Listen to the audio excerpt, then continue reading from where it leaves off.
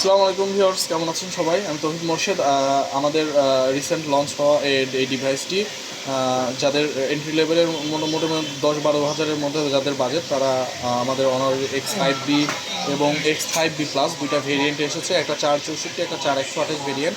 আপনারা এটা এক্সপিরিয়েন্স করতে পারেন, যেটাতে রয়েছে 50 মেগাপিক্সেল ডুয়েল এআই ক্যামেরা এবং পাওয়ারফুল চিপসেট মিডিয়াটেক G36 এবং 5200 mAh-এর একটি বিগ ব্যাটারি, যেটা আপনার দীর্ঘ সময় পর্যন্ত আপনারা একটা চার্জ ব্যাকআপ পাবেন।